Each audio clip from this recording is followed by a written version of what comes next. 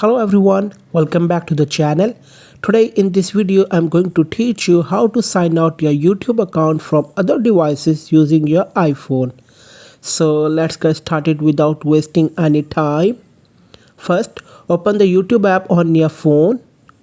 Now tap on your profile icon in the bottom right corner. Next, tap on Google account. This will open your Google account settings. Now scroll down until you find the section called your devices. Tap on it.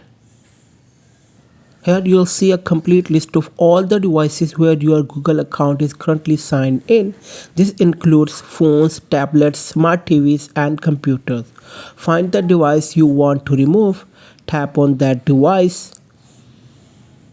Now enter your Gmail password.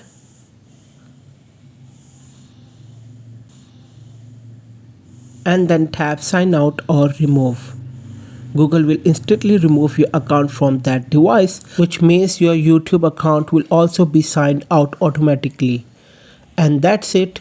Once the device is removed, no one will be able to access your YouTube account from that device anymore.